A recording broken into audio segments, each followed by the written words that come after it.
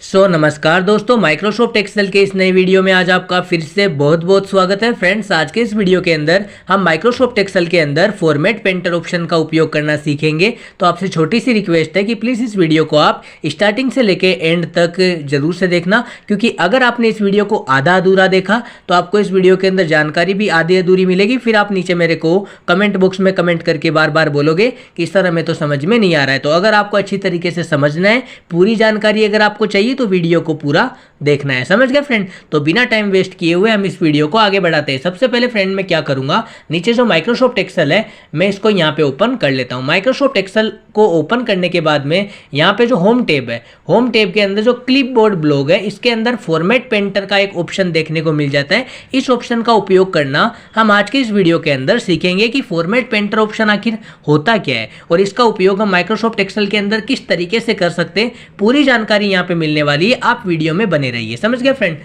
देखो friend, format painter option की सहायता से हम एक सेल का फॉर्मेट किसी दूसरे सेल के अंदर या किसी दूसरी सीट के अंदर बड़ी ही आसानी से अप्लाई कर सकते हैं। अगर हमने एक्सेल की सीट में किसी सेल, रो या कॉलम की फॉर्मेटिंग पहले से कर रखी है, जैसे कि फ्रेंड देखो यहाँ पे ये जो सीट है, इस सीट के अंदर यहाँ पे मौजूद डेटा है। अब यहाँ पे देखो सबका फॉर्मेट मैंने यहाँ पे पहले से कर रखा है। फॉर्मेट मतलब कि यहाँ पे जो बैकग्राउंड कलर है, इसको देखो यहाँ पे जो ऊपर यहाँ पे जो बैकग्राउंड कलर है, इसका मैंने यहाँ पे पीला कर रखा है। समझ गए? उसी तरीके से नीचे जो यहाँ पे टेक्स्ट टाइप किया हुआ है, सबका फॉर्मेट अलग अलग यहाँ पे डिजाइन कर रखा है। समझ गए? ताकि ये थोड़ा एंटिक दिखे। समझ गए फ्रेंड? यानी कि सबकी फॉर्मेटिंग मैंने यहाँ पे पहले से कर रखी है। तो अभी मैंने क्या बोला कि अगर हमने एक्सेल की सीट में किसी सेल, रो या किसी कॉलम की फॉर्मेटिंग पहले से कर रखी है और हम चाहते हैं कि वही फॉर्मेटिंग किसी दूसरे सेल या किसी दूसरी सीट के अंदर अप्लाई हो जाए, तो उसके लिए हम क्या करेंगे, ऊपर जो होम टैब के अंदर जो क्लिपबोर्ड ब्लॉक के अंदर जो फॉर्मेट पेंटर का ऑप्शन है, इसका उपयोग करेंगे। समझ गए फ्रेंड? तो सबसे पहले मैं आपको बताता हूं कि फॉर्मेट पेंटर ऑप्शन का उपयोग माइक्रोसॉफ्ट एक्सेल के अंदर हम किस तरीके से कर सकते हैं। अभी इससे क्या फ़ायदा होता है वो तो मैंने आपको बता दिया कि एक सेल का फॉर्मेट किसी दूसरे सेल में या किसी दूसरी सीट के अंदर पेस्ट कर सकते हैं, बस इतना ही अप्लाई कर सकते हैं। समझ गए? अब मैं आपको इसका उपयोग करना बताऊंगा कि किस तरीके से इसका उपयोग कर सकते हैं। अब मान लो जो ऊपर जो सेल है, समझ गए, सबसे पहले मैं क्या करूंगा, इस सेल को यहाँ पे सिलेक्ट कर लूंगा। अब इस सेल का जो फॉर्मेट है पीछे, मैं चाहता हूँ कि सेम फॉर्मेट इधर आ जाए। तो उसके लिए मैं क्या करूंगा, मैंने इसको सबसे पहले यहाँ पे सिलेक्ट कर लिया। सेलेक्ट करने के बाद में जो फॉर्मेट पेंटर ऑप्शन है, ये देखो यहाँ पे ऑन हो गया। अब मैं इसके ऊपर जैसे ही डबल क्लिक करूंगा, डबल क्लिक करते ही ये यहाँ पे देखो गोल गोल ऐसे घूमने लगा। मतलब कि अब मैं इसको कहीं पर भी अप्लाई कर सकता हूँ। अब मान लो कि मुझे यहाँ पे अप्लाई करना है, तो मैं बस इसके ऊपर क्लिक कर दूंगा। ये देखो यहाँ पे अप्लाई हो गया। यहाँ पे अगर मैं सिंगल बार क्लिक करूंगा ना, तो इसको बार बार यहाँ पे, मान लो कि यहाँ पे मैंने पेस्ट किया, पेस्ट करने के बाद में वापस मैं यहाँ पे जाऊँगा, फिर इसको सिलेक्ट करूँगा, बार बार करना पड़ेगा। अगर इसको एक बार सेलेक्ट करके मैं यहाँ पे डबल क्लिक कर दूंगा, तो डबल क्लिक करने के बाद में क्या होगा कि बार बार मेरे को यहाँ पे इसको सेलेक्ट नहीं करना पड़ेगा और बार बार ऊपर जो फॉर्मेट पेंटर ऑप्शन है इसके ऊपर क्लिक नहीं करना पड़ेगा। समझ गए? इसलिए मैंने इसके ऊपर डबल क्लिक किया है। समझ गए? अब इसको जहाँ चाहूँ देखो वहाँ मैं इसको बार बार पेस्ट कर सकता हूँ। बस करना कुछ नहीं, वहाँ जाके बस क्लिक कर देना। ये देखो, समझ रहे हो ना प्रोसेस?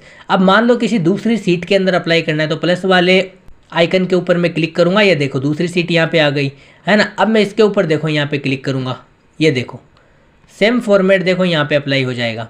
अब अगर मेरे को और सीट चाहिए तो किसी और सीट के अंदर मैं यहाँ पे आ जाता हूँ क्रिएट करके। अब देखो यहाँ पर भी मैं अप्लाई कर सकता हूँ। समझ गए?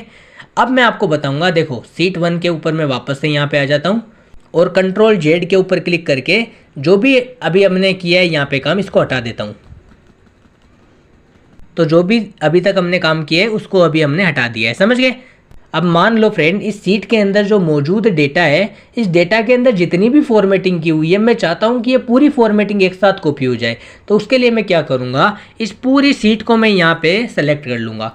पूरी सीट को सेलेक्ट करने के बाद में मैं फॉर्मेट पेंटर ऑप्शन के ऊपर जैसे ही क्लिक करूँगा, तो उसके बाद में क्या होगा कि जितनी भी ये फॉर्मेटिंग है ना, ये पूरी फॉर्मेटिंग हूबहू यहाँ पे कॉपी हो जाएगी। समझ गए? अब देखो एक एक सेल की कॉपी पेस्ट करना तो मैंने आपको बता दिया। अब मैं आपको पूरी सीट एक साथ यहाँ पे कॉपी करना बताऊँगा। अब देखो सेलेक्ट हो गया। सेलेक्ट करने के बाद में मैं क्या करूँगा, वापस से फॉर्मेट पेंटर ऑप्शन के ऊपर डबल क्लिक कर दूंगा।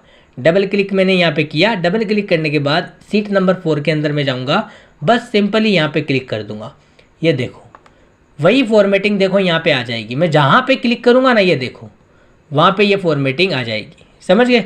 सीट 5 के अंदर मान लो मैं यहाँ पे चलता हूँ और मैं यहाँ पे एक बार क्लिक कर देता हूँ। तो आपको यहाँ पे समझ में आ रहा है कि फॉर्मेट पेंटर ऑप्शन का उपयोग हम किस तरीके से कर सकते हैं, समझ गए फ्रेंड। अब मैं इसको जहाँ तक खींचूंगा ना, ये देखो ये फॉर्मेट वहीं तक हो जाएगा। ये देखो चेंजेस आपको दिख रहा है यहाँ पे। अब मैं चाहता हूँ कि इसको भी मैं थोड़ा बड़ा करूँ, तो मैं क्या करूँगा, इस सेल को यहाँ से पकड़ के ये देखो ऐसे हम बड़ा कर सकते हैं। यानी कि जो फॉर्मेटिंग उधर थी ना, वही सेम फॉर्मेटिंग देखो इधर भी हो जाएगी। ये देखो यहाँ से मैं इनको बड़ा कर लेता हूँ।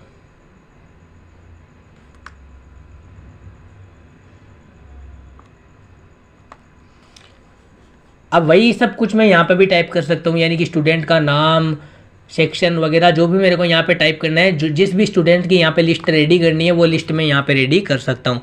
यानी कि आज के इस वीडियो के अंदर हमने क्या सीखा, आज के इस वीडियो के अंदर हमने सीखा कि माइक्रोसॉफ्ट एक्सेल के अंदर होम टैब के अंदर क्लिपबोर्ड ब्लॉक के अंदर फॉर्मेट पेंटर का ऑप्शन है, उसका उपयोग हम माइक्रोसॉफ्ट एक्सेल के अंदर किस तरीके से कर सकते हैं। कंप्लीट प्रोसेस आज के इस वीडियो के अंदर मैंने आपको बताया है। तो आशा करता हूँ कि ये वीडियो आपको बहुत ही ज़्यादा पसंद आया होगा, बहुत ही अच्छी तरीके से समझ में भी आया होगा। तो प्लीज़ इस वीडियो को आप लाइक कर दीजिए, और अगर आप हमारे यूट्यूब चैनल के ऊपर अभी नए हो तो जल्दी से आप हमारे यूट्यूब चैनल को सब्सक्राइब करके साइड में जो बेल आइकन है उसके ऊपर क्लिक कर देना, ताकि जब भी मैं कोई नया वीडियो लेके आऊँ तो उसका नोटिफिकेशन सबसे पहले फ्रेंड आपको मिल सके।